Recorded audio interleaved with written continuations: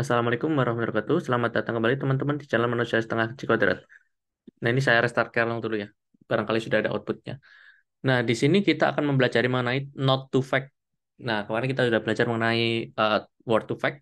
Bisa lihat di kolom deskripsi atau cari aja common fact of words, skipgram, DF, ya, Manusia Setengah G Kuadrat. Itu word to fact. Atau juga saya juga pernah membahas mengenai doc to fact, dokumen to factor. Nah, sekarang skipgram. Skipgram, sorry. Sekarang not to fact. Nah, kenapa kok not to fact muncul-muncul skipgram? Karena nanti kalau kita sudah dapat node-nya gitu kan. Nah, contohnya gini, misalkan kita punya graf, ya graf itu ya ini ada node, ini kayak gini, ada node, ada arah panahnya juga, jadi edge. Nah, jadi kalau misalkan kita punya graf yang sangat kompleks, ada 10.000 kata di dalam graf kita, teori kayak teori graf gitu lah ya, ada graf yang 10.000 kata. Nah, kemudian kita ngambil sampel 5. Nah, nanti kalau misalkan kita sudah dapat 5 kata kayak gini, nanti kita masukkan ke dalam skipgram dengan negatif sampel.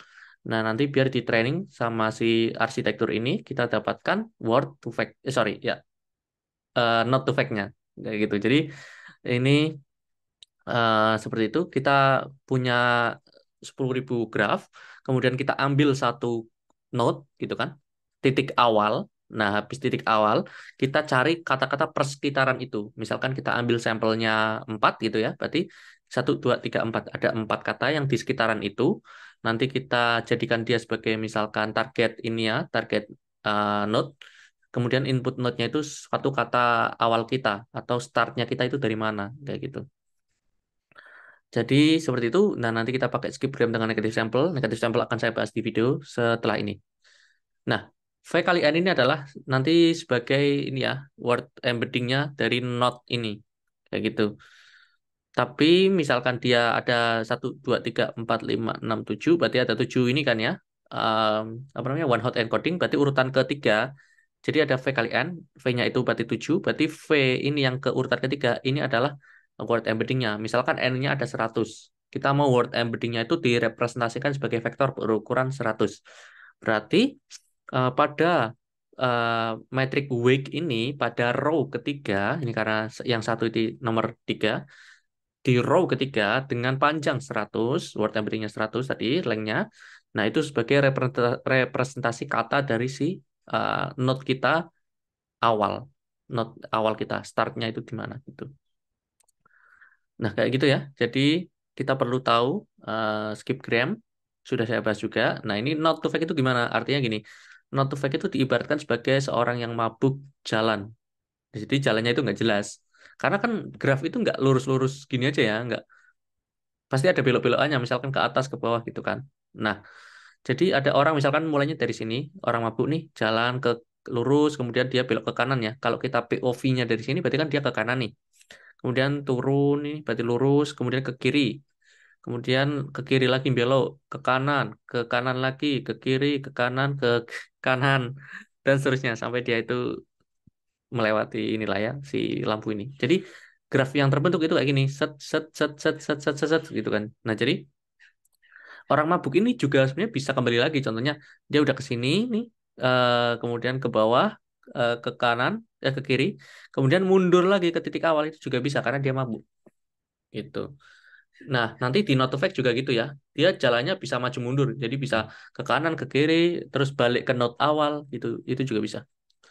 Nah, contohnya ini ya.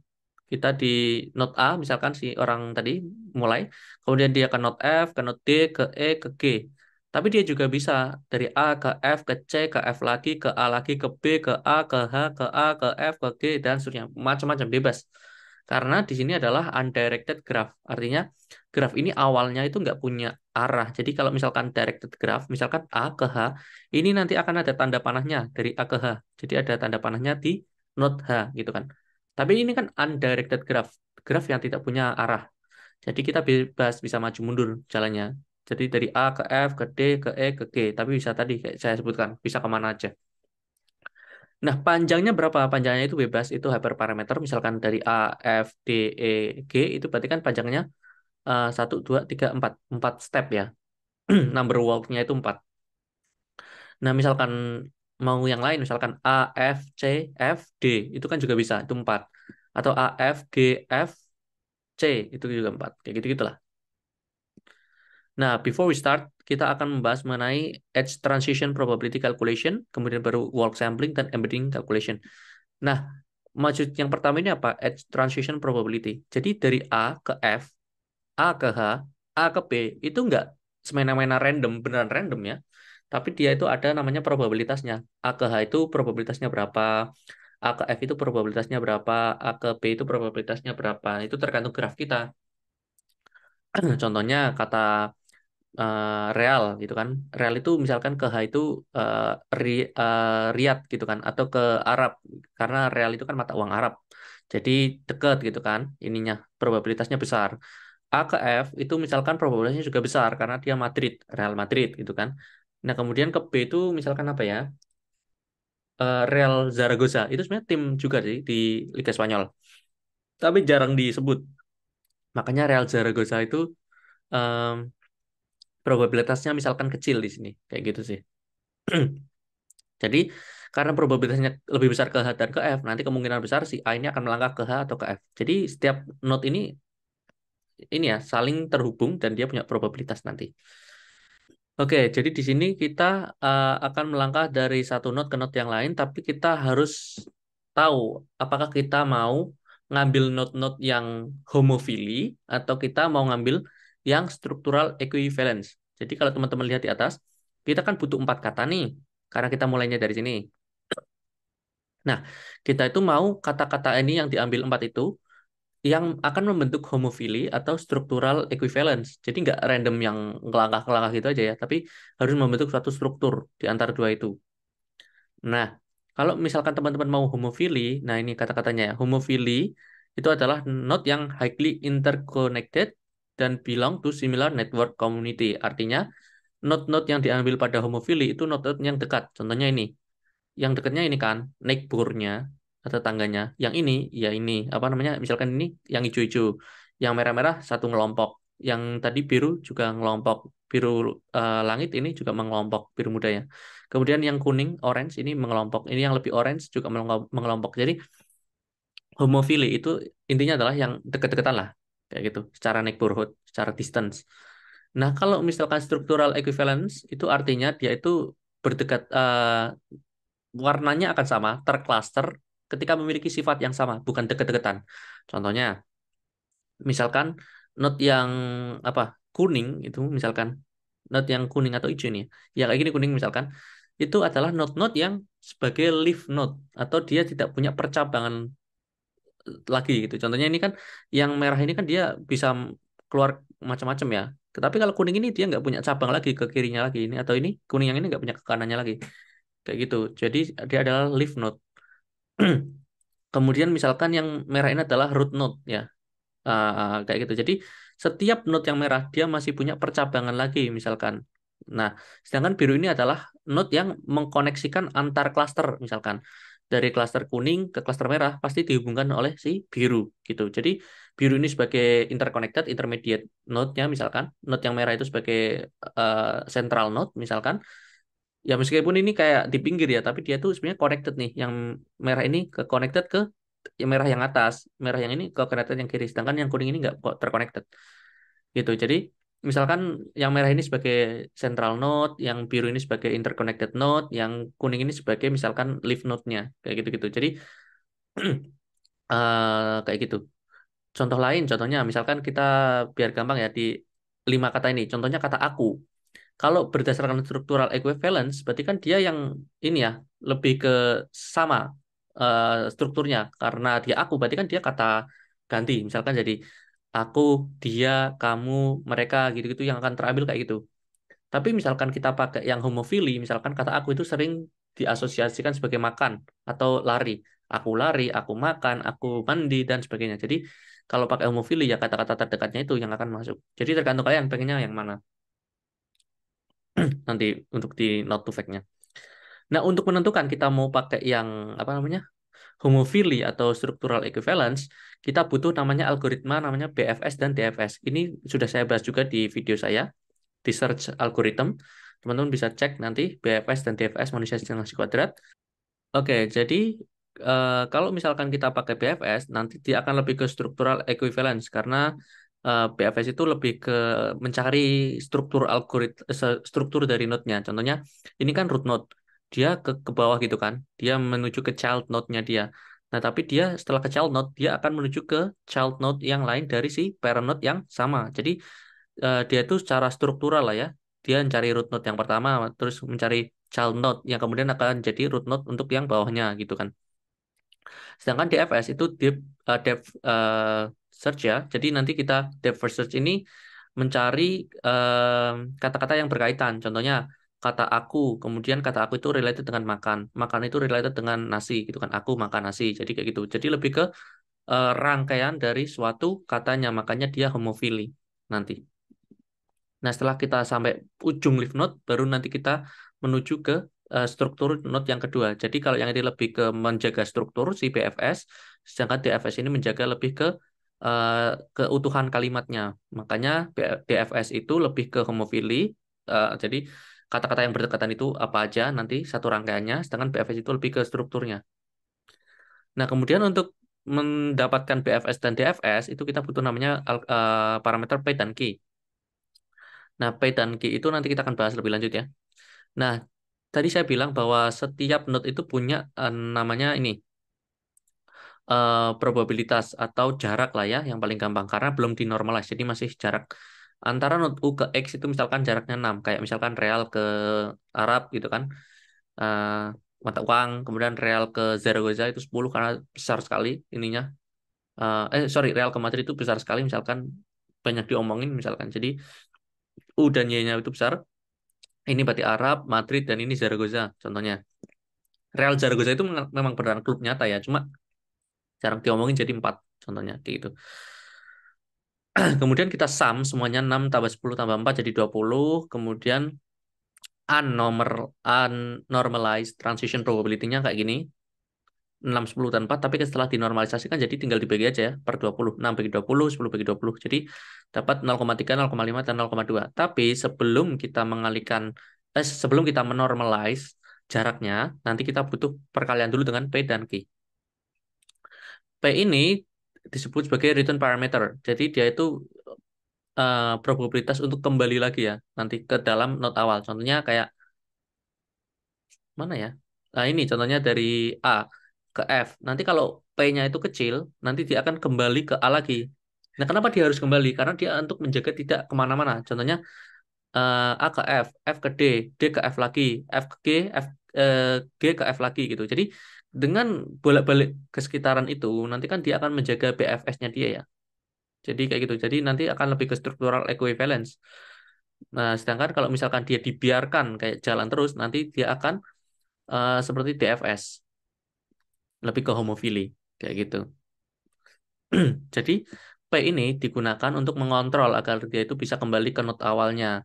Sedangkan Q itu digunakan untuk mengontrol bahwa dia itu harus mengekspor semua node-nya. Jadi dibiarkan. Kebalikannya ya, P itu untuk menjaga dia kembali ke node awal, Q itu digunakan untuk apakah dia bisa mengeksplor lebih jauh atau enggak.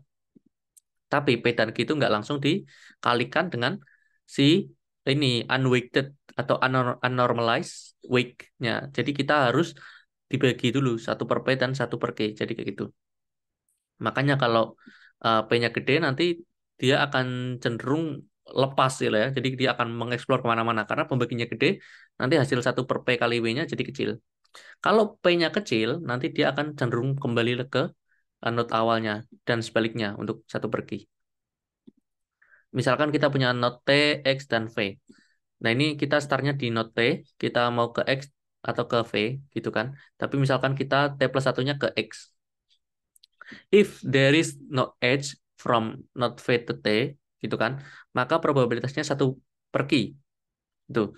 Jadi, kalau nggak ada sambungannya antara V dan T, maka nilainya itu akan satu per Q dari T ke V, gitu kan.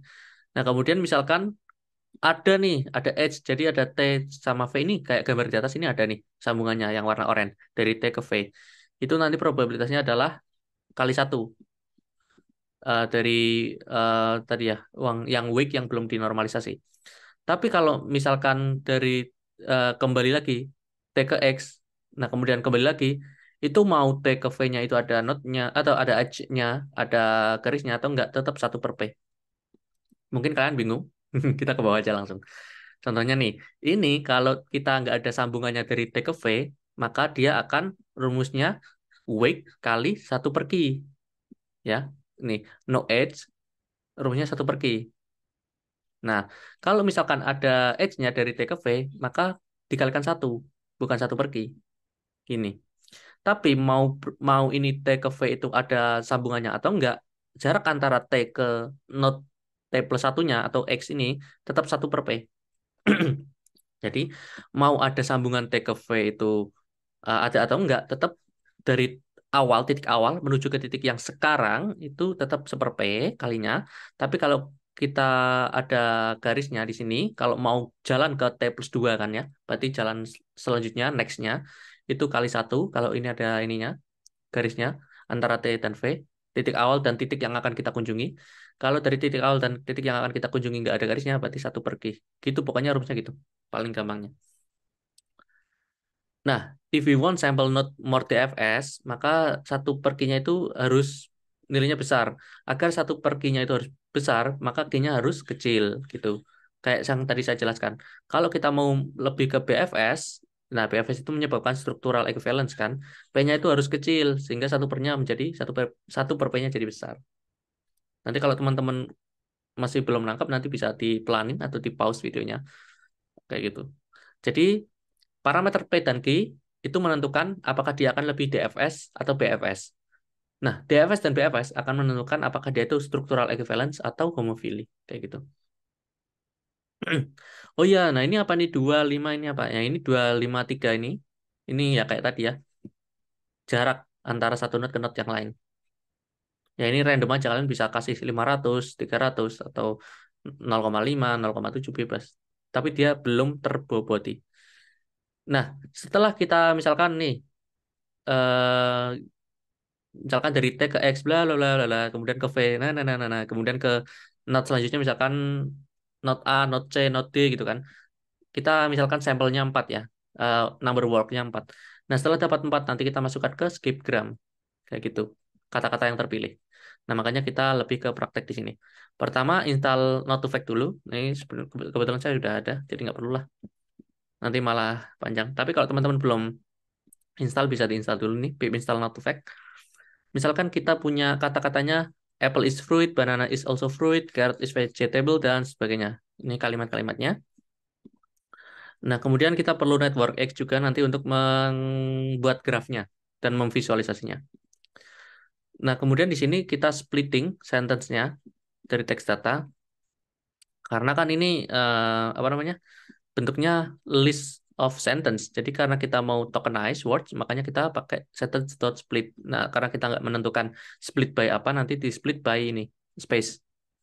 Kemudian kita membuat graf kosong, inisialisasi graf. Kemudian kita masukkan semua wordnya ke dalam graf kita. Jadi kita dimasukkan apple ke graf, is ke graf, dan seterusnya. Kita run dulu ya sambil jalan. Nah, kemudian ini karena lumayan take time, jadi kita ini run dulu. Kemudian note fact-nya itu kita masukkan graf kita, kemudian dimension-nya itu berapa, work length itu ya tadi, apa namanya, kita mau ngambil katanya berapa. Kalau ini kan, mana ya? Ini 4 ya, jalannya 4. Kalau kita misalkan kasih 30 lah maksimal. Nah, kemudian number work itu apa? Ini kayak iterasi gitu loh. Jadi kayak misalkan, eh, gimana? Ini misalkan, aku makan nasi goreng enak, misalkan. Kemudian nanti eh, iterasi yang kedua, misalkan aku makan nasi goreng udang. Iterasi ketiga, aku makan nasi padang murah, misalkan. Aku makan nasi rempah-rempah, contohnya. Kayak gitu gitulah. Jadi mau berapa kali kita training lah intinya untuk si satu kata aja. Ya kayak iterasi gitulah. Tapi yang nggak bisa apple to apple juga. Ya kayak gitu. Paling gampangnya berapa kali titik start itu akan di training. Nah, titik startnya itu apa? Berarti kan aku tadi yang mau di word embedding kan. Worker ini jumlah CPU yang akan kita pakai, kalau nggak salah ya, di websitenya dia itu, di websitenya si Not2Fact, itu cuma satu untuk si Windows. Nah, kalau saya pakai Mac, saya kayaknya bisa pakai beberapa. Nih, saya bisa pakai CPU-nya 4. Nah, kemudian eh, kita mau training dengan Windows 10 gitu, dengan minimum count 1 dan page word 4. Nah, kayak Word to Vec biasa lah ya. Nah, setelah di training, nanti kita bisa ini kan, apa namanya? Plot kan. Oh, saya belum import Matplotlib ya.